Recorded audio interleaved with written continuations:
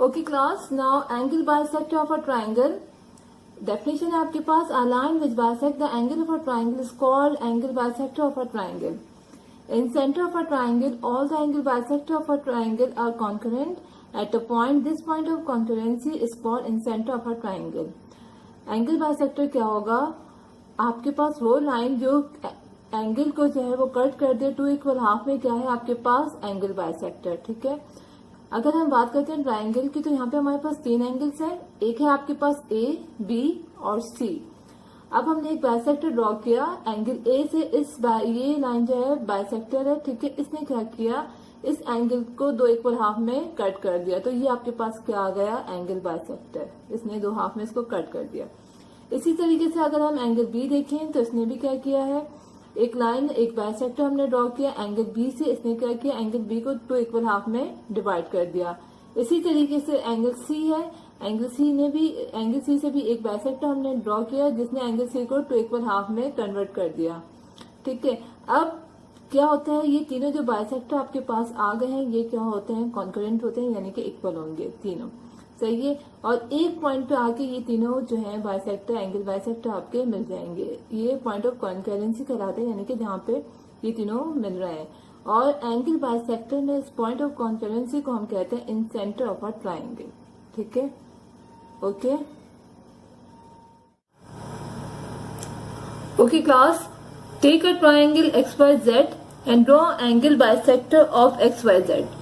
आपने एक triangle draw करना है XYZ और उस पर आपने एंगल बाइसेक्टर उसके ड्रॉ करने हैं। ठीक है, अब क्या करना है, हमने एक ट्राइंगल बनाना है। क्योंकि हमारे पास यहाँ पे कोई मेजरमेंट गिवन नहीं है तो हम अपनी मर्जी से एक ट्राइंगल बनाएंगे। हमने क्या किया, एक लाइन ड्रॉ की और अपनी मर्जी से कंपास में रेडियस लेके, कोई सा भी रेडियस लेके हमने एक आर्क, एक कॉर्नर पे रखा निडल को और एक आर्क लगा दी दिस, और उसके बाद हमने इस पॉइंट कॉर्नर पे रख के एक और आर्क लगा दी। ठीक है, इंटरसेक्टिंग पॉइंट आ गया। अब हम अपना यहाँ पे ट्राइंगल ड्रॉ कर सकते हैं। हमने क्या किया, अपना ट्राइंगल ड्रॉ कर दिया, इस पॉइंट को इससे ज्वाइन कर दिया और इस पॉइंट को हमने इससे ज्वाइन कर दिया।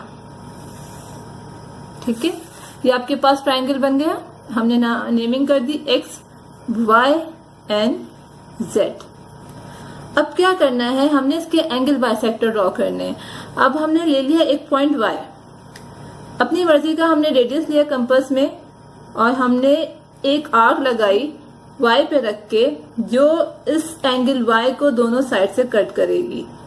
सही है, ये हमने इस तरीके से यहाँ पे आर्क लगा दी। ठीक है, देखिए अब ये जो आर्क आपने लगाई है आप इसको नेमिंग कर दोगे। हमने एक को नेमिंग कर दी L, जो इंटरसेक्टिंग पॉइंट आया, और दूसरा हमारे पास आ गया M। ठीक है, दो पॉइंट्स आ गए L एंड M। अब क्या करना है, अपनी मर्जी का रेडियस लोगे और आपने कंपास की नीडल रखी पॉइंट M पे और एक और आर्क लगा दिया। ठीक है, ये आपके पास आपने एक और आर्क लगा दिया यहाँ पे। देन आपने L पे रखी और इसी आर्क के ऊपर आपने एक और आर्क लगा दी। ठीक है, ये आपके पास दो आर्क हो गई और एक आपके पास इंटरसेक्टिंग पॉइंट आ गया है यहाँ पे। अब करना क्या है, इसको हमने नेमिंग कर दी, इस पॉइंट को हमने नाम दे दिया A का। अब हमने ज्वाइन कर दिया Y को इस पॉइंट A से और थोड़ा सा ज्वाइन करने के बाद हमने इसको एक्सटेंड कर दिया, बढ़ा दिया। ठीक है, ये हमारे पास एंगल बाइसेक्टर ड्रॉ हो गया, किसका? एंगल Y का। ठीक है, ठीक है, अब सेम यही प्रोसीजर हम क्या करेंगे, X पे करेंगे। आपने कंपास रखा, कंपास की नीडल रखी X पे,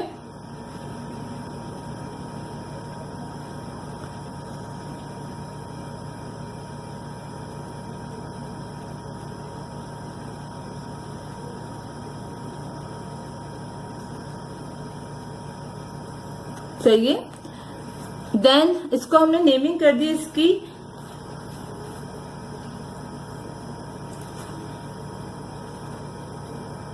अपनी मर्जी से कोई भी आप नाम दे सकते हो। इसको हमने LM दिया था, इसको हम OP कर देते हैं। ठीक है, सेकेंड हमने क्या किया, फिर से इन पॉइंट ऑफ इंटरसेक्टिंग, ये जो इंटरसेक्ट आए हैं जिन्होंने कट किया एंगल X को दोनों साइड से, हमने इस पॉइंट पे अपना कंपास रखा और हमने एक और आर्क लगा दी।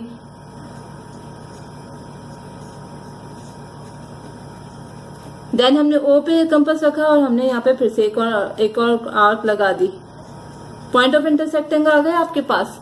फिर हमने क्या किया, इसको ज्वाइन कर दिया और इसको हमने नाम दे दिया बी का।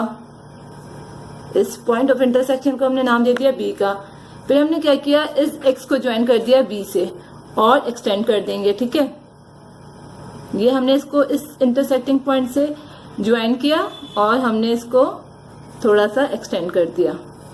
ठीक है, एक बाइसेक्टर हमारे पास ये ड्रॉ हो गया। फिर हम क्या करेंगे, एंगल आएंगे जेड पे। सेम इसी तरीके से हमने क्या किया, यहाँ पे एक बाइसेक्टर वो एंगल इसको जो है वो यहाँ पे कंपास रख के हमने एक रेडियस आर्क लगा दी, रेडियस लेके अपनी मर्जी से।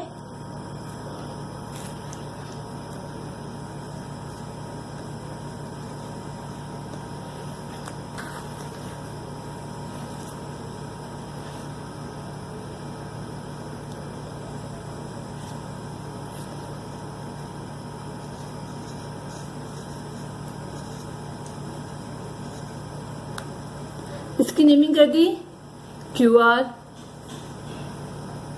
इंटरसेक्टिंग पॉइंट आगे दो। देन हमने क्यू पे रखा अपना कंपास और एक आर्क लगा दी।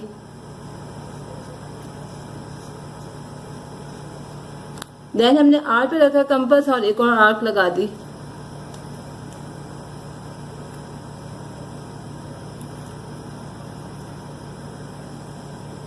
ठीक है, अब ये पॉइंट ऑफ इंटरसेक्शन आ गया, हमने इसको नेमिंग कर दी इस पॉइंट ऑफ इंटरसेक्टिंग की सी। अब क्या करना है, हमने Z को ज्वाइन करना है इस लाइन C से। ठीक है, और उसको थोड़ा सा हम एक्सटेंड कर लेंगे। सही है, ये आपके तीनों बाइसेक्टर ड्रॉ हो गए। एक आपका एंगल X पे ड्रॉ हुआ, दूसरा Y पे ड्रॉ हुआ और तीसरा आपका एंगल Z पे हो गया। सही है, ये आपके पास एंगल बाइसेक्टर आ गए क्योंकि इन्होंने एंगल को बाइसेक्ट किया, एंगल को कट किया है। ठीक है, अच्छा, अब ये जो सेंटर पॉइंट आता है, पॉइंट ऑफ इंटरसेक्शन जरूर आना चाहिए। तीनों बाइसेक्टर जो है एक पॉइंट पे आके ज्वाइन हो जाएंगे, इसको हम पॉइंट ऑफ सेंटर कहते हैं। ठीक है, और इसमें जब हम एंगल बाइसेक्टर ड्रॉ करते हैं तो ये पॉइंट ऑफ इंटरसेक्शन क्या कहलाता है, in centre of a circle.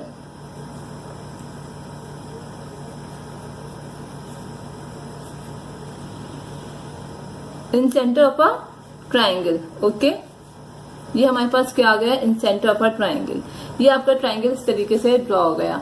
अब क्या करना है, स्टेप बाय स्टेप जो काम आपने किए हैं उन सबको हमने क्या करना है, स्टेप ऑफ कंस्ट्रक्शन में लिख देना है। ठीक है, वो किस तरीके से करोगे, देखो सबसे पहले हमने क्या किया, draw. Okay class, step of construction लिखना स्टार्ट करते हैं हम। ठीक है, फर्स्ट हमने क्या किया, draw triangle X Y Z. Okay, सबसे पहले ट्राइंगल ड्रॉ किया हमने X Y Z. Then y as center with any suitable radius, draw an arc which intersect both arm of angle y at point L M M। L और M से इसने intersect कर दिया। Then L and M as a center with suitable radius, draw two intersecting arc at A।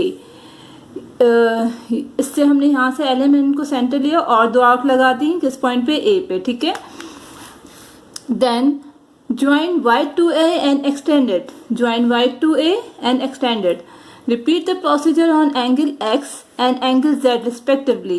Angle X और angle Z पे हमने फिर यही सेम प्रोसीजर रिपीट किया।